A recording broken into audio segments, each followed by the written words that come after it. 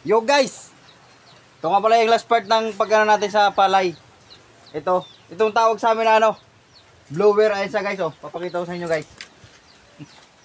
Blower, ano, low budget. Ayun guys, oh. Ito siya. Ito yung sa goods na palay, dito dadaan. Tapos yung sa medyo reject na palay, dito sa dadaan. Ayun, oh. Ito guys, tapos yan, meron tayo ditong electric fan. Ayun guys, oh. May electric fan tayo dyan. Yung purpose yan guys, pag ito, siyempre paikutin yan, di ba? Paikutin yan, tapos dito ilalagay yung ano, yung palay. Tapos pag bumagsak yan dito, so yan, may ano dito, may hangin. Kaya mapupunta doon yung mga reject na. Tapos dito yung goods, ayun oh. Dito guys, tinabunan lang namin to ng sako dito guys para di mapasukan ng hangin.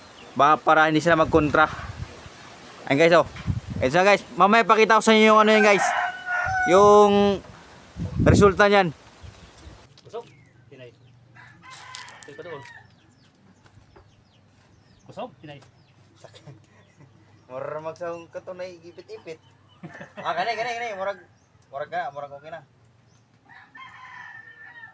Testing lang naman yung hangin. Pagka mahina.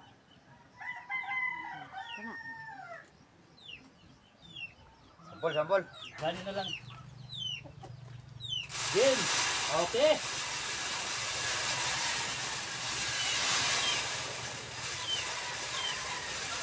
Ayun siya guys, ito yung electric fan. Dito ilalagay yung ano, palay yan. Tapos dito yung mga goods. Tapos dito yung ano, yung ayun, wala na yan, mga yan, walang mga laman yan. Kaya nilipad ng hangin. Yan. Kala ko kulungan ng manok to dati.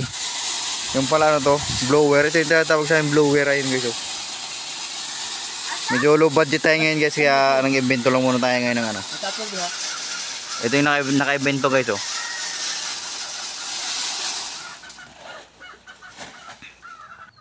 Guys, pakita ko sa inyo. Ito yung ano guys, ito yung good niya. Ayun oh. Yan yung good na ano, palay. Tapos yung siyempre may electric fan tayo dyan, ayun oh. Diba? Let's go.